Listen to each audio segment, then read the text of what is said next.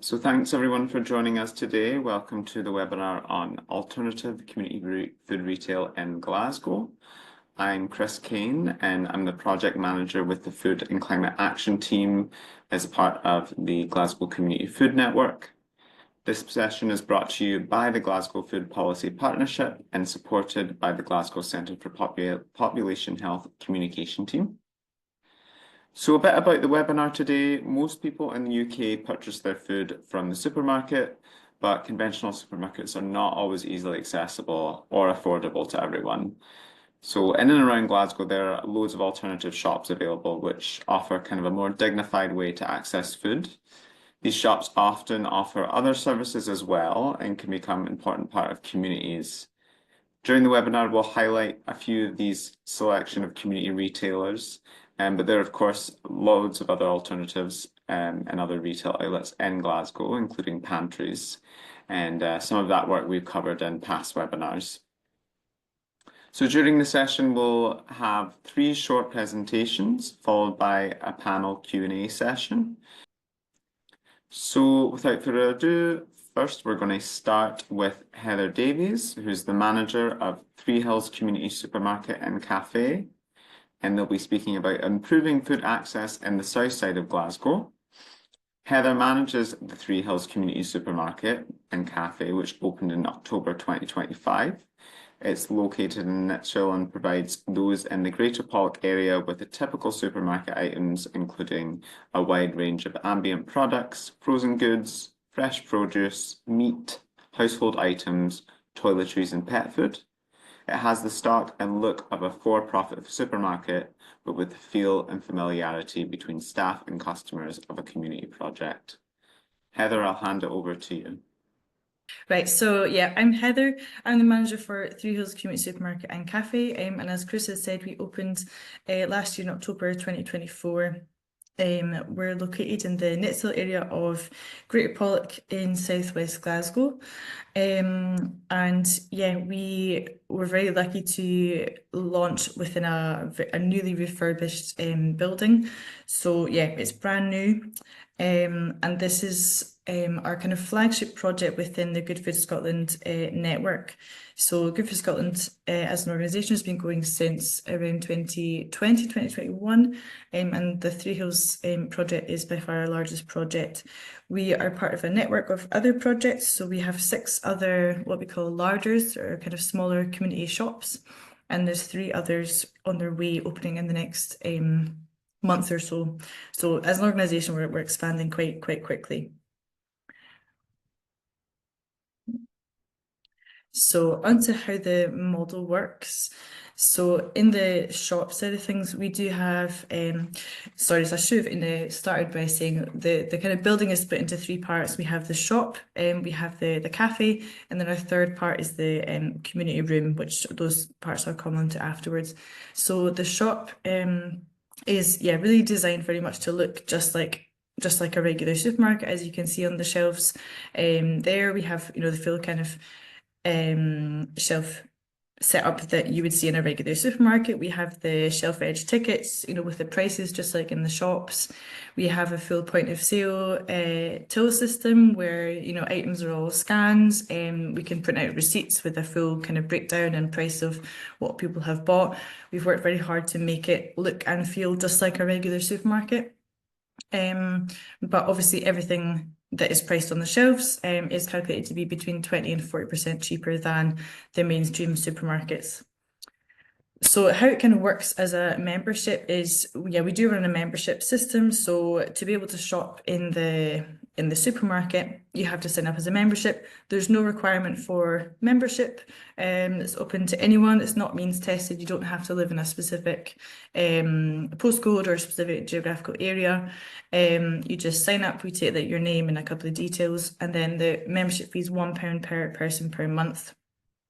And then that gives you access to the wide range of items that we have available on the shelf. So you pay for all the items kind of on top of that £1 per month. There's no limit on how much you can buy. So some people will come in and buy their kind of full weekly shop, whereas others will just come in kind of, we have a lot of regulars who'll come in kind of every day and just get their milk and bread and eggs and whatnot. So with that, we often get lots of questions around supply, and how we make that work, basically how we make that financially possible. So yeah, we work with a huge range of different suppliers, donation partners, who, yes, supply us with everything you see on the shop shelves. So we have all of the kind of ambient household, store cupboard items, like rice and pasta, tins of beans, tea, coffee. We have full fridges, freezers, which you can see in the photo on the top right, with all the kind of chilled produce and frozen produce. We have fresh fruit and vegetables, fresh bread, eggs, and we have actually quite a huge range of toiletries and household items and period products, so that people can, basically get exactly what they would buy at a regular supermarket. In terms of size, it's hard to kind of tell from the those photographs I see, but we're kind of the size of a small kind of corner, like a Tesco Express or a local co-op type size shop.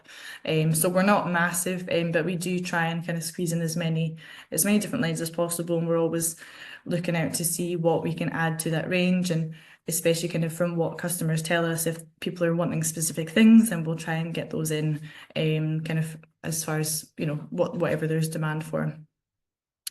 So you'll notice that we don't have FareShare as a supplier. Lots of community food projects do use FareShare and other surplus organisations to get their supply. We don't use FareShare. We use a lot of kind of wholesale and bulk suppliers, and we're trying to kind of shift our model more and more towards buying in bulk and buying in wholesale, because that's where we get the best available prices. And we do have a range of donation partners. So you see there on the list, Hey Girls, SSPCA, and we get some halal meats from the Scottish Halal Bake Society as well, and also our Warburtons. So most of our bread we get donated as well. And most of those donation partners are happy for us to ask for a small contribution towards those items. So that means that we make a small amount of money off those items. So at the moment, all of our chilled and our frozen produce is, unfortunately, we do buy those directly from the supermarkets. We're working to find a better way of doing that, but at the moment it is the most convenient setup, because obviously they deliver direct. But yeah, with that, obviously on pretty much all of the chilled and frozen lines, we do make a loss on those items.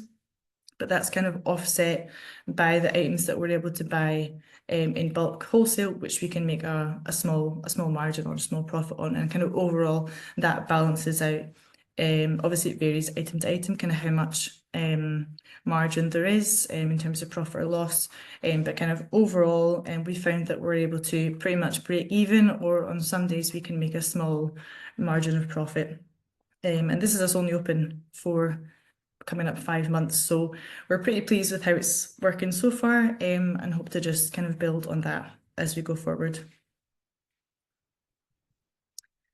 So we have a community room which is based just off the entrance into the main building, just kind of off the side of the cafe, which is our designated community room, which is for wraparound support on whatever people basically in the community want and need. So at the moment we have Govan Law Centre in the community room every Wednesday, 10 AM to 4 PM, offering advice on financial issues and on housing issues. So we have two people there. One person's focus is on financial things, and the other person is focused on housing issues. And that's been incredibly beneficial. A lot of people from the shop, obviously we have conversations with people in the shop and we get to know people quite well, and they'll tell us if they're having issues with their housing, or maybe there's been a leak, or maybe something they're not sure about their benefits. So then we're able to directly tell them, well, Sophie and Christine are in there right now, like, just how about you go and speak with them directly. And so that's been really fantastic to have that partnership every Wednesday. We do have sorry, just a note also on that on the Govan Law Centre. I'm doing another webinar this afternoon specifically on that partnership with Govan Law Centre on the kind of financial advice wraparound service within community food projects. So if anyone's interested in that and kind of hearing more detail on that, then I can send the link to that webinar in the chat afterwards.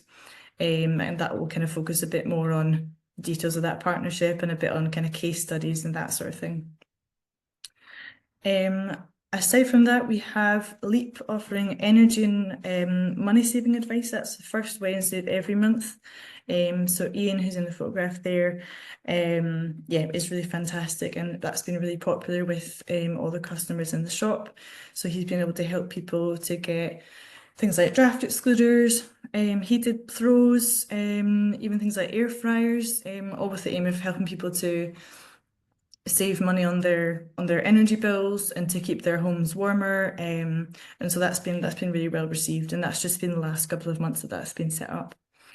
And obviously within that room, my kind of plan for the rest of the year is really to build up a program of wraparound support so that that room really becomes like a community advice hub, but also a social hub as well. So obviously on the one side, we want to offer people advice on, housing and financial issues and on energy issues, but we also want that to become a social hub. So looking to build, partnerships with local community groups to do, community workshops. I've had some chats with people who want to do like a women's sewing group or kind of men's mental health groups, that sort of thing. So that's what we'll be focusing a bit more on in the coming months and over the course of this year. And yeah, the third part on Threehills is the community cafe. So it's not currently open right now. We are at the moment offering just kind of free cups of teas and coffees, but it will be opening around springtime this year, doing full meals, hot meals, soups, toasties, sandwiches, curries, stews, whatever people want really. We plan to really link in with the supermarket on this. So if there's lots of surplus left over from the supermarket, then we can link that in with the kitchen and get them to make a pot of soup with all the leftover peppers or whatever there is left. And also to make hot drinks. So we'll have a proper coffee machine to make really nice coffees, specialty coffee, which is, yeah, everyone's very excited about. And yeah, in future, we hope to, once the kitchen is all up and running, we hope to run kind of community meals in the cafe space. And off the back of that, also ideally to have some capacity to make kind of home cooked ready meals.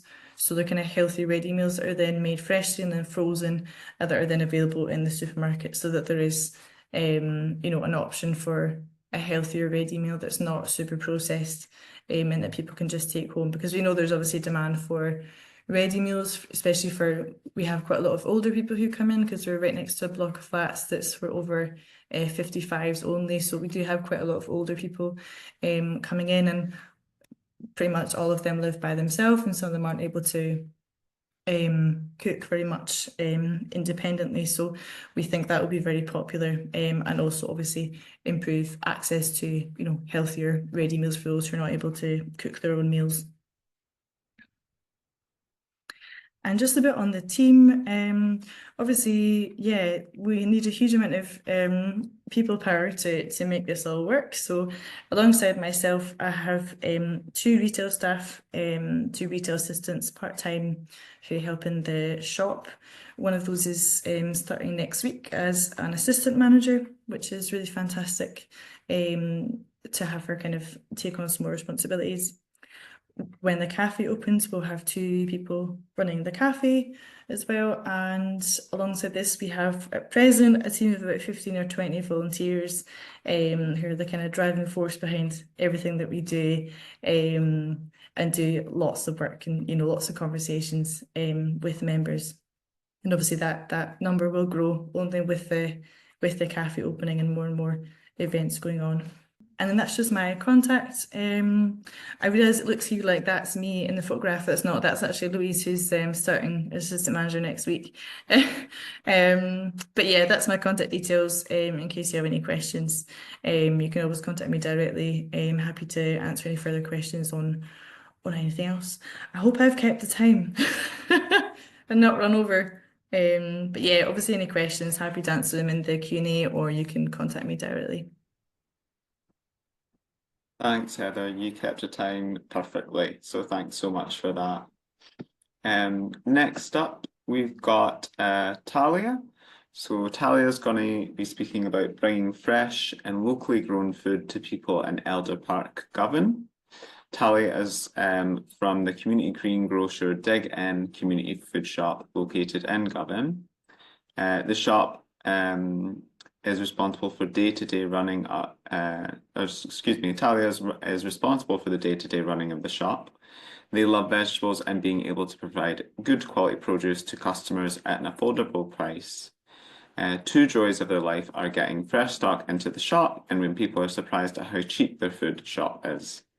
When Talia isn't at Dig In, they do communications for the Glasgow Food Policy Partnership and run food and sustainability focused community craft workshops. Talia, I'll let you take it away. Like Chris was saying, I run Dig In, but I also do communications for Glasgow Food Policy Partnership. So I'm really excited to be bringing my two works together and be able to speak at this webinar today. So I'd just like to get started by telling you a little bit about Dig In. So Dig In is open 3 days a week on a Monday, Wednesday, and Friday from 10 till 5:30. And we're a non-profit community greengrocers in Elder Park, Govan. So Dig In first opened in 2017, but it's been open on and off since then due to kind of inconsistent funding. So it's a community benefit society, which means that we have a board with representatives from local stakeholder organizations and community members. And I myself have worked at Dig In, first of all, for 6 months in 2023. And then we closed for a year, during which I was on the board myself, and then the shop reopened in November 2024. At the moment, we're funded by the National Lottery's Awards for All, and then we've got some other kind of funding applications in the pipeline as well. We're currently funded to be open until the end of June this year, but yeah, looking to find some kind of more sustainable and long-term funding as well. And today I'm going to talk about the general offering at Dig In and what we stock, and then the ethos behind the shop, how we operate, and what our plans are for the future. So yeah, I'm excited to share the project with you. And yeah, if you have any questions, do pop them into the Q&A function, and I'd love to answer them. So first of all, the main kind of offering at Dig In and the main aim of the shop is to offer affordable fresh fruit and veg. So everything we sell is either at cost price or slightly subsidized. And then I'm finding that the range of what we stock is just expanding and expanding all the time, because I'll trial a new product and then it'll be really popular, and then suddenly like the shop range is expanded. So we've got a pretty good range of stuff, and then recently we've been getting in some different kind of culturally valued veggies as well. So we're now stocking okra, and I'm getting in some fresh herbs and different things that yeah, are proving quite popular. But we also have like the basics, like your potatoes and your carrots, and that kind of thing. We've also got dry goods from Green City Whole Foods. So kind of a limited range of what's popular. The most popular is always lentils and broth mix, but I'm getting in some other stuff as well, and also like some more canned goods as well from Green City. Again, that's all at cost price. We also sell soup recipe bags, so these have everything that you need to make a soup, in the right quantities with the recipe in it as well.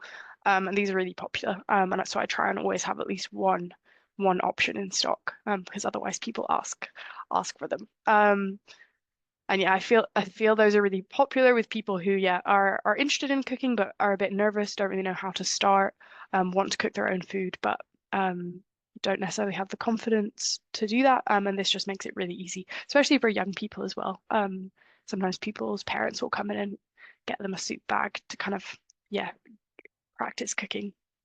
when they're just getting started. We also have a utensil library, which is where customers can borrow kitchen equipment for free, which means they can try new recipes, or if they are, want to make a cake, something like that, you can borrow a mixer. Without having to buy it.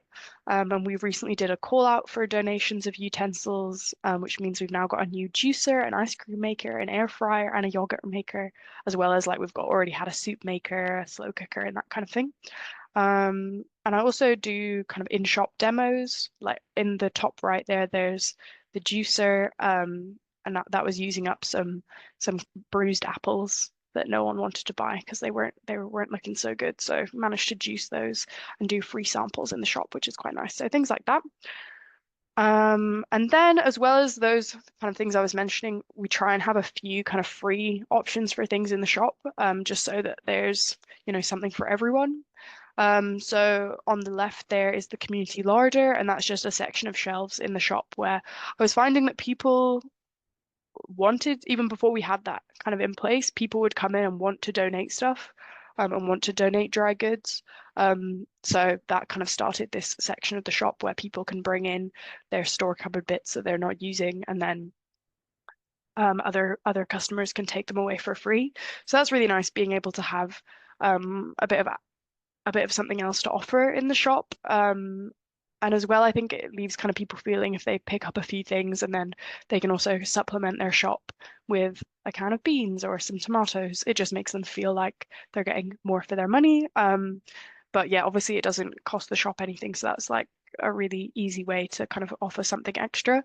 I find that's really popular with people who maybe consistently receive like a food parcel from a food bank, but don't want everything that they get. And it's really kind. They then will make the effort to bring it into the shop so someone else can make use of it, which is great. We also have free fruit for school pupils and children. That kind of happened because there were just a group of kids that kept coming in and asking me for oranges, which obviously, if someone asked me for an orange, I'm not going to say no. So this is kind of more formalized and make sure that everyone can benefit from the same thing. That they don't know the hack. That if they just ask me for something, they will get it. So now we're offering free fruit and veg to all children, which is nice. And then we also have free hot drinks in the shop, which yeah has been good throughout the winter. And especially there's a few kind of members of the community that will just pop in to say hi. Not really to buy anything, so it's nice to be able to offer them a tea or a coffee as well. We also have free soup every Monday, which is really nice to be able to offer something hot and nutritious to customers and just people that are walking past. Try and do a different kind of soup each week, and also make use of the stuff in the shop that is a little bit past its best and that we wouldn't really want to sell. So if things are starting to turn, can just chop them up, put them in the freezer, and then use it for the soup, which is really good. And yeah, that's really popular. And then I just wanted to say a bit about where Dig In is. So you can see on the map there that it's about 15 minutes from the centre of Govan. It's really close to Elder Park.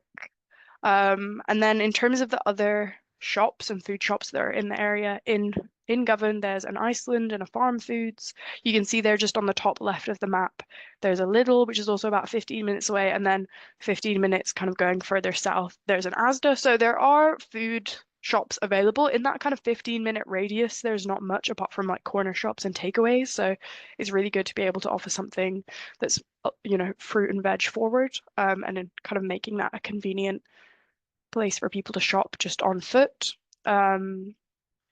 So yeah, we try and have it there as like a close and a convenient option for people. And then here's these poor customers always end up having to be in the pictures because they're regulars and I know they'll say yes. But just as a general slide, I wanted to say a little bit about the aims of Dig In. So the aim is to make healthy and sustainable food more available to people through that price accessibility and also the convenience. And while the project does directly respond to the need for more affordable fresh food in the absence of livable incomes for people, we also want the shop to be for everybody. So anyone can shop at Dig In.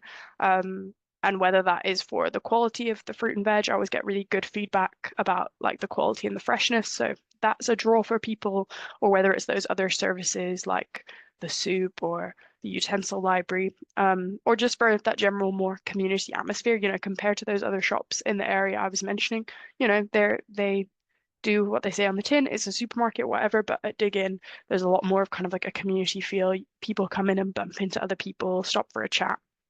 So because there are lots of reasons that people might want to shop at Dig In, we hope that kind of means that for people that the affordability is the main draw, they won't feel any kind of stigma about that, or there's lots of reasons why they might choose to shop at Dig In. It doesn't necessarily just have to be for the affordability. Um, I also wanted to say a little bit about how we operate and like where we get our stock from, because this has changed recently. So we used to get everything delivered through a company that operates out of Block Market, but over the past couple of months we've been going direct to Block so that's in the East End. Very large fruit market with lots of individual operators. So shout out to J&P Brogan, which is where we've been going for most of our stuff. But yeah, we were finding that because there was the shop was getting more popular since we reopened. But we were subsidizing everything by about half that we were getting from the supplier in order to make it affordable. And we did have funding in our budget for subsidy, but because it was a set budget, as we were having to buy in more stock to meet increased demand, we then couldn't afford to keep subsidizing by the same amount. So ended up going direct to the supplier. And that means that we can maintain those kind of cheaper prices, but we're having to subsidize the food less. So it's just a bit more sustainable in terms of the growth of the customer base. And it's also really nice because we get to know the suppliers, have a chat to them, see what they've got on offer that day. I think that's partially why the kind of stock range has been increasing as it has, because you can just see what they've got and try out different things. And yeah, we get really good feedback about the quality, as I was saying. We also have stocked some organic produce from Locavore in the past. At the moment, Locavore have paused their kind of wholesale side of things. So we've not got any organics in at the moment, but when they have kind of started that back up, we will do. Although I will say that kind of affordability is still our priority over organics. I would love to stock more organics, but I tend to do it only in the things that are kind of comparable price, or that if they'll come down to a similar price when we subsidize them. So things like leeks and kale and that kind of thing tend to be, quite competitively priced with non-organics. So it can still justify getting those in. We also will kind of encourage people to bring in their produce that they've grown, so people can barter their homegrown veg for a voucher at Dig In, which is really great to be able to supply like hyper local stuff to people. In the bottom right there, you can see we had loads of runner beans. That's in 2023. But yeah, really nice to be able to supply some super fresh stuff to people. And yeah, I just wanted to say quickly about the kind of sustainability of the shop. So I know that the customers really appreciate the kind of low plastic element. There are some things like aubergines that you kind of can't get not in plastic, but everything else pretty much we get it in a cardboard box, which you can then recycle. In terms of food waste as well, people can buy just what they need, like if it's 2 carrots, half a turnip, just a couple of potatoes, whatever. So customers are then kind of reducing their food waste as well, because they've been able to get just what they need. And similarly for the shop, because it's on such a small scale, I can just get the stock in based on the demand and based on what has run out. So we have quite low levels of food waste as well. I mean, there's always some kind of supply chain spoilage. You get in a box of apples and like one of them is a bit soft or whatever. But then we can compost those. Same with all of our food waste scraps from the soup. we take it to the community garden around the corner, they get composted, and then some of the food that's grown using the compost gets donated back to the shop as well, which is really nice. But yeah, so that's great in terms of keeping down our kind of our impact on the environment and on food waste. The other thing I suppose in terms of being that small scale kind of project is that we can really respond to community ideas. So like we've started doing some chopped frozen veg for people that maybe struggle, like more elderly people that might struggle to chop a really hard turnip or butternut squash. And then also the washing up liquid, refillables, we've started doing that as well based on a customer request. And because that's something that's not going to expire, I was really happy to just try that out and see how it goes. And yeah, it's been going okay so far. And then I just wanted to say quickly about some of our supporters, people who help us keep doing what we're doing. So Glasgow Apple Pressing have lent us pressing equipment so we could run apple pressing sessions in the shop. And they also donated around 50 bottles of frozen fresh apple juice that we could offer on a pay what you feel basis. So that's just like one example of a partnership that has really helped us to kind of offer something extra in the shop, which was really nice. And then also just to shout out our two kind of partnership organizations that are featured on the Dig In sign. So Elder Park Housing Association, pictured there is John at the veg market. Me and John go to the veg market pretty much every week. And he's great, like a massive support to the shop, supports us in our kind of funding applications. They also buy, pictured there are some kind of snack bags for kids that they bought for an event. And then Urban Roots, so pictured next to the Mugati garden there, sign there is Paul, who's the gardener for Urban Roots and who manages all the compost and everything like that. They also buy veg from the shop for their Saturday soups. And then the Mugati Grub Hub, which is kind of managed by Urban Roots, is just around the corner as well. So linking with other community food activities happening in the area. Okay, and then this slide, final slide, is just on some aspirations. So we're going to be starting to do a kind of language cafe when the weather's a bit warmer. The shop's pretty small, but when we can sit outside the shop with free tea and coffee and yeah, hopefully get some bilingual volunteers that can kind of chat to people in the community who might be a bit isolated if English is their second language, but also so that they can explain the kind of how the shop works to people who, yeah, might not speak much English. And then I've there put my little face on someone who's a market gardener.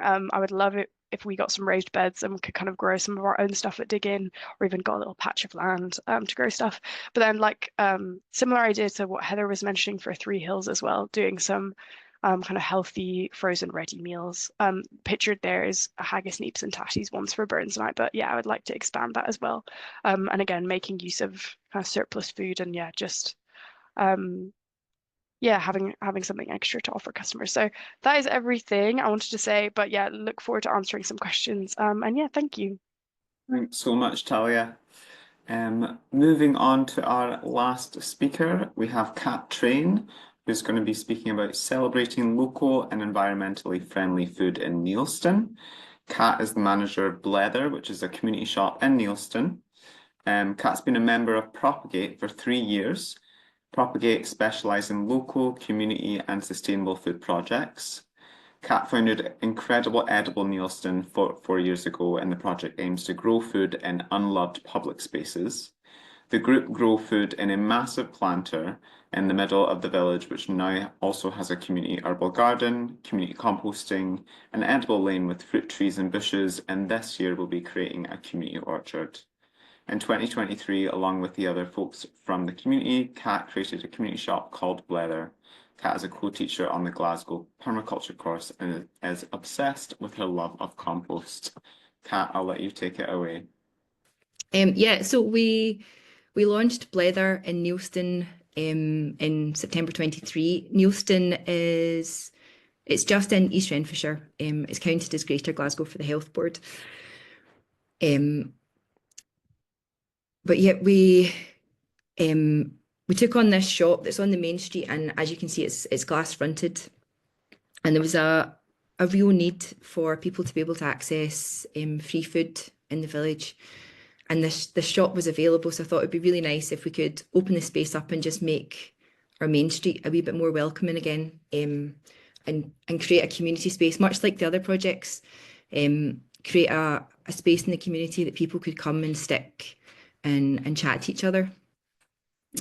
So before we launched the shop in 23, we actually part of the permaculture course, the Glasgow permaculture course in Blether, when you were taking on the lease, but we hadn't done anything yet.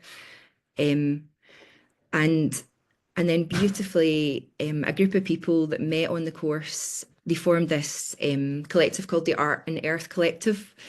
And they're all about soil education and permaculture through the use of art. So when we did launch, we invited them to come and decorate our windows. So the windows you can see there, it was this nice link of the people that had been involved in our project. And then I will scroll through. So as Chris mentioned, permaculture is kind of my background.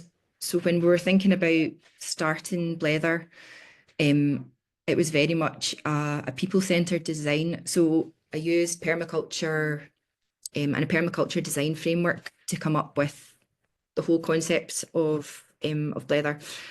So it was very much rooted in the green, red and blue circles you can see are the ethics of permaculture. So it was really important that the entire project was rooted in making the earth, whether that's our local or greater than our local, better. It had to be really good for the people of Neilston, and fair share. Just a lot of people talk about fair share as an idea of future care. So thinking about how we could make things better for the generations that come after us. So that's kind of like some background to why Blether is the way that we are. So we're a few things. One of the elements that we do is free food. And that was to increase accessibility of food for people in our village. Like Heather, we don't have a paid membership to Fair Share. There's, if you're not aware, like you can pay a membership to Fair Share, and for that membership, which is really expensive actually, the supermarket send you the surplus food. You have very little control over what you're actually sent, and to me personally, I think it's a wee bit morally corrupt that the supermarkets, not a wee bit, it's very morally corrupt that the supermarkets are allowed to buy in this food from producers at no money, so the producers not being compensated fairly. They oversupply, overstock, and then they waste so much, but they get charity points for passing it on to community organisations who have to pay for that. And I don't feel that that's a very dignified way of dealing with food waste. So at Blether, we're very big on reducing food waste. When we opened, there was a lot of people who didn't want to come into our space because they thought we were a food bank and they thought it wasn't for them and they should leave it for people, you know, who were in need. So we did a lot of education around this food is going to waste, and if you come into the shop, you can save this food from going to waste, therefore you're doing a good thing. But also if you come in to take the food that is going to waste, you're removing the stigma from people who might actually need to access the food. So it's, again, like the other projects, there's it's not referral based.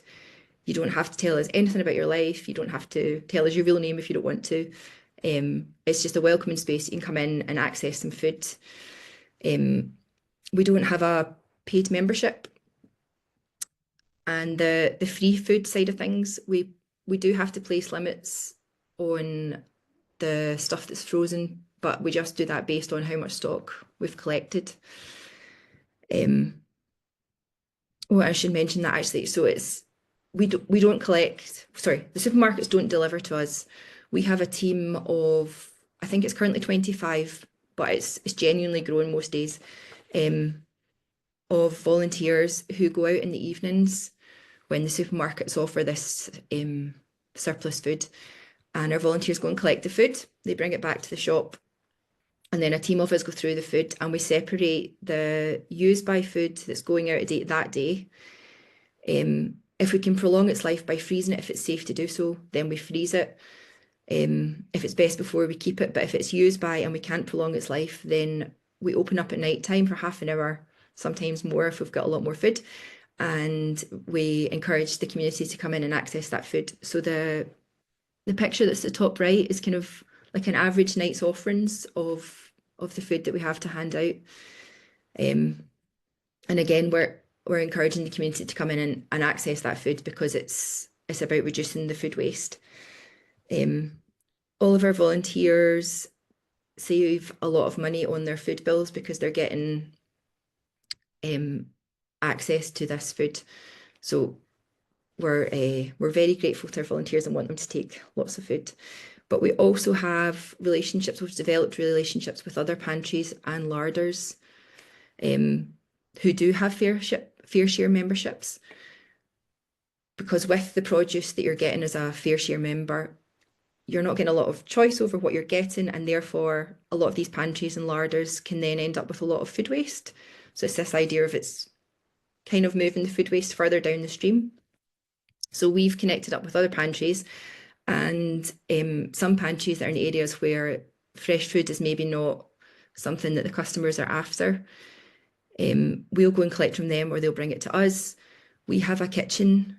So what we do is we take the fresh fruit and veg and the stuff that's left over, we'll convert into soups or ready meals, pop into our freezer for our customers to come in and access for free. But we also give some back to the pantries who've given us the produce in the first place. So I think having that network of pantries and larders where we're all helping each other out is a really important way of reducing food waste as well. So just from our numbers from last year, our village has a population of about 6,000. We've got 9,500 people that accessed food last year.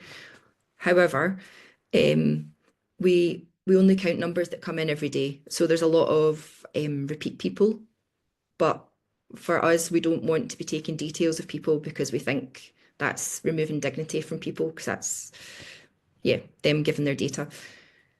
So it makes it a bit harder to report on funding, but we're a really small shop and we've saved over 41 tonnes of food in a year, which just blows my mind. We're only collecting from 6 shops at most. So when I think about the whole of the UK and the amount of food that's actually going to waste when there's also loads of people going hungry, it just doesn't seem right. So another element of our community shop is the paid food part of it. And obviously a big focus of Propagate is increasing accessibility to like ethically sourced and healthy food. So we source a lot of our food from Green City, and we also source food from there's like Ramsden Farm who do sorry, I've just getting a delivery of about a few hundred trees, so my dogs are about to start barking. They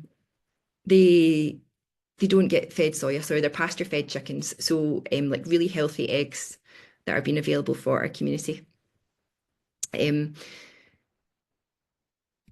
Obviously, the organic food is not financially accessible to everybody in our community, and a big part of what we're doing is wanting it to be a really dignified way to access food, and therefore we want everybody to be able to access, I mean, like morally, everybody should be able to access healthy organic food, right? That's a no-brainer.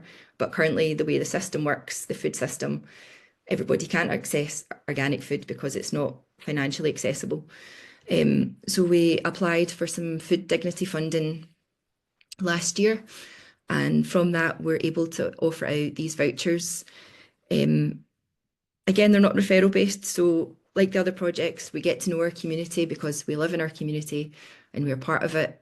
So if there's somebody we know that maybe could do with a bit of extra help, or they're wanting to try some of the products that we have for sale, but they don't have enough money, we can either slip them this voucher or just say, like, you can buy what you want for up to £10, and we write it down. Also, in the right-hand side, as part of this, like Dig In, we have fresh food that's grown locally by another Propagate project that I'm about to talk about, but people can access this for free, and there's no limits on it. So round the corner, we have Incredibly Edible Neilston, which is also a part of Propagate. And it's this massive planter that we took over, where we grow food and anybody is welcome to access it any time they want, and it's totally free. But we realised people weren't picking it and helping themselves to it. So we have regular garden sessions where people come along and obviously get involved in the growing of the food, but then we harvest it and we take it into the shop, and having it in a shop in a basket with a label and with someone there to speak to actually say like, what is mashua? How do you cook mashua? What does it taste like? Can I try a wee bit? Has been a really important part of that kind of that puzzle. And we also have this community herbal garden that we created, which again grows lots of herbs that people are welcome to access whenever they want. But we also harvest them and dry them, and we have a community apothecary in the shop. So people can come and access locally grown herbs for free, or they can put a donation in if they want. And we run workshops where we transform the herbs into herbal remedies, and people can come and speak to us about them. They can try them for free, or they can leave a donation. And also the other part of all this, because you can't grow food without talking about compost. And as I said earlier, a lot of the models that deal with surplus food, it's just moving food waste further down the stream. So Blether do not throw anything out. All of our food waste gets composted, and it's currently composted in these community compost stations that are right beside our food planter in the middle of the village. So it's very much about making sure that composting is like really visible and it's part of the conversation. Because they're hot composters, they can take cooked food, they can take meat, they can take dairy. So literally all the foods, because there is some food that goes to waste that we can't hand out, will go into these composters.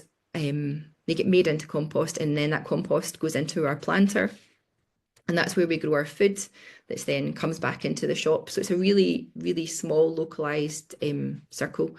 And as part of that, we're also doing, the bottom left is a picture of compost under a microscope, and you can see this little transparent nematode was a microscopic worm. So part of the whole project is about education to do with composting as well. And yet lastly, we took part in the Dignity in Practice peer network by Nourish Scotland, and a big part of everything that we do is about dignity. So our team of volunteers are very much at the core of all the decisions, and they are our steering group, but they're ever expanding steering group. Without our amazing volunteers, Blether wouldn't exist. Yeah, thank you for listening, and definitely open to any questions if I can still speak. Thank you, Chris. Thanks very much, Kat. Those were all brilliant presentations. Thanks everybody for sharing. We've got a bit of time left to go through some question and answers. So we've got a couple in the chat already. I believe this first one is for Heather, but it's from Kevin Morgan, and they're asking, what is the scale of the community meals service? Will it be based on a production kitchen, and could it fill the vacuum created by the decline of the Meals on Wheels service? Short answer is I don't know. The cafes and kitchen is not up and running yet, so the community meals is still a while off before that's up and running.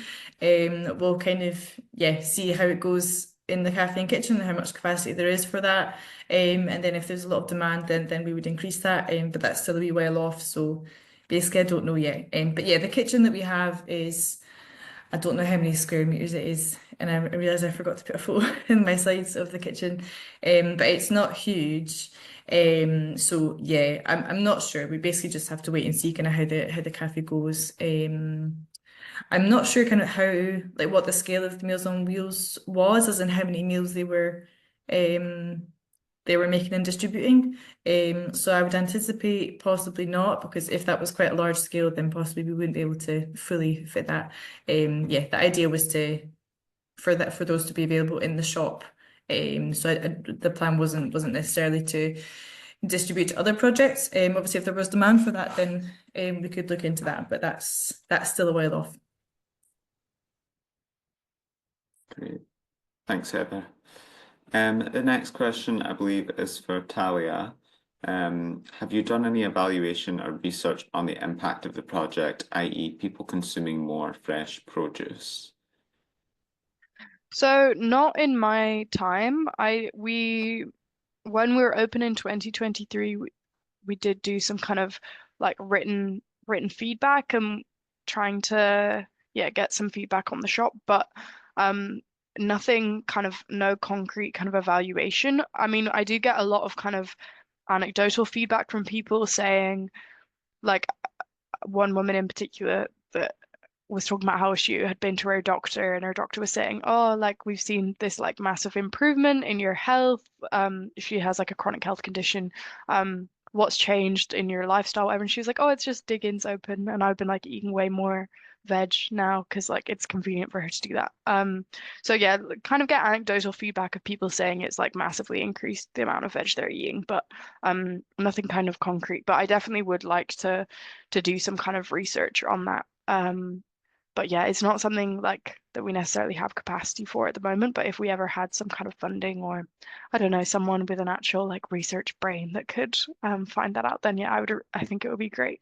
To know. Great, thanks, Talia. The next two questions are for Kat. Kat, what time do you open at night to give away use by food going out of date? So from William Wilson. We open roughly between 9 and 9:30 at night, but we post on social media every day. So if there's like an insane amount of food, we tend to stay open later to just try and get it out. And then they had a follow-up question, which is, I feel like we need a campaign to get donations from supermarkets earlier in the day so that we don't have to open late at night to deal with use by food. Do you have any thoughts on this? Yeah, like I agree. It's really hard if supermarkets are giving out food at the end of the day. They're basically getting away with it, wasting all this food. I'm sure, is it Inverclyde Community Food Network? There was actually somebody doing a campaign on this. They started last year. But in all honesty, like for us, for Blether as a model, the ideal situation would be that there is no surplus food, because for us, surplus food is a symptom of a broken food system. So whilst there should be some sort of campaign that the supermarkets have to give it away earlier, totally agree with you. For us as a project, we want to be turning up at supermarkets and there being no food waste, because that's, it's a broken system in that sense. Yeah, thanks, Kat. And then one more wee question, Kat. Can you give us information about the Glasgow permaculture course? Yeah, I'll put a link in the chat. So we do it, it's a hybrid course, so we do a wee bit online and we do in person at different sites around Glasgow and Greater Glasgow. But I'll put the link in the chat for you. Great. A question I think for everybody on the panel from Xander is, what is the funding landscapes like for projects like these presently? Are funders generally interested in funding community shops, larders at the moment, or is funding hard to come by, putting aside how generally hard it is to come by funding these days? So anyone can feel free to hop in on that one. I can hop in first just to say that, so Diggin has been open on and off, like particularly because we've found it really hard to get consistent funding, which obviously is not ideal in a community project. We want the shop to be something that people can rely on and know is going to be here long term. But yeah, we haven't found any kind of successful funding bids. Like the Awards for All can kind of fund like a 6-month period.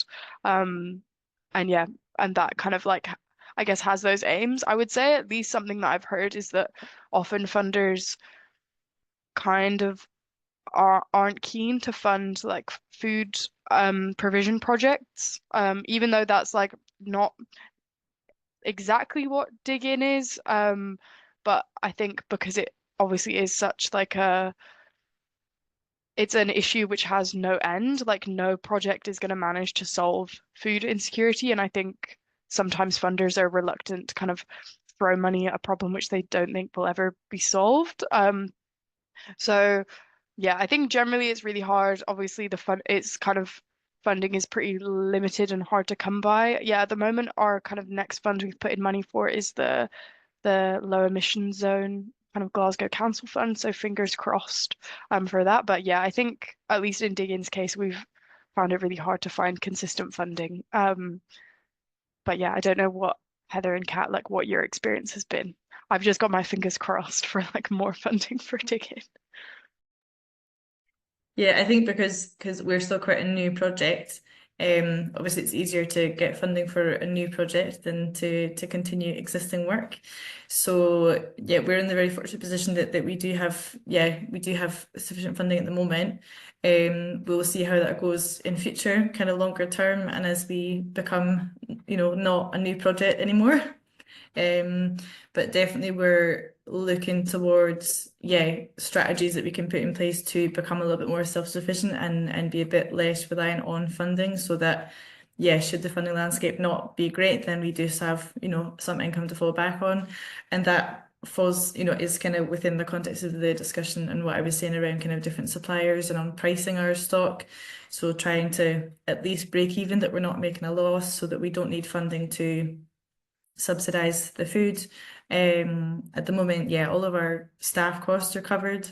And we hope that with the cafe will hopefully have a bit more of a margin, as in we'll make a bit more money on the cafe that will then go towards, things like staffing costs and the overheads. We've got quite a lot of overheads because we've got full building, we've got energy, Wi-Fi, lots of kind of overheads on that front.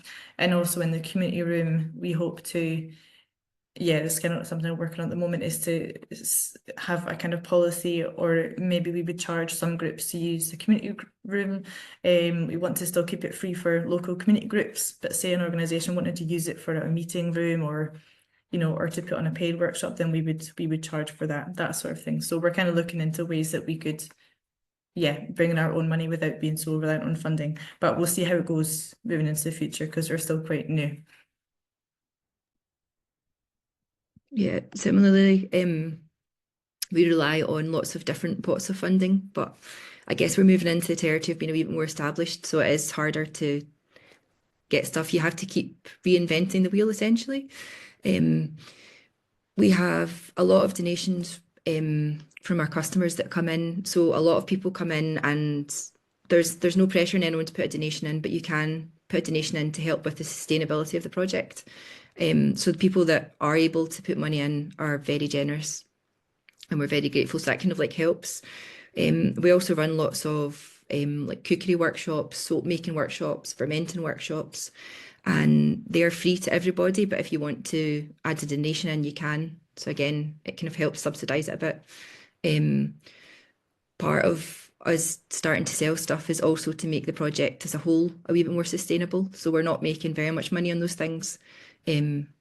But every penny kind of like helps demonstrate a need for it. But it does feel like the longer your project goes, the more you need to reword it or like add an extra element to it, which is brilliant and is great. But then you also need to increase your capacity in order to deliver on all those different threads.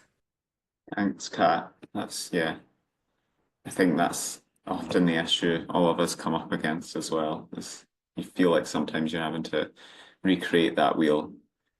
So there's no further questions in the Q&A. So just as a reminder again, the webinar has been recorded, so we'll make that available after this session, along with all the presentation slides. And you'll be able to find recordings from all of the previous webinars on the website, the Good Food for All website.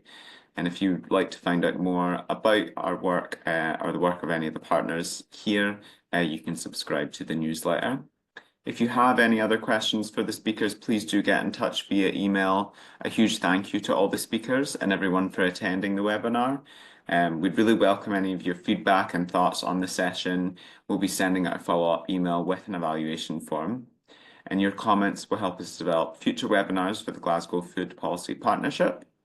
Finally, a special thank you to the Glasgow Centre for Population Health Communications team for helping to put together this event today. And I hope everyone enjoys their day and gets a wee bit of, at least in Glasgow here, it looks like there's a wee bit of sun coming out. So thanks everyone, and I'll wrap us up there. Thank you. Thanks, Chris. Thanks, everyone. Thank you.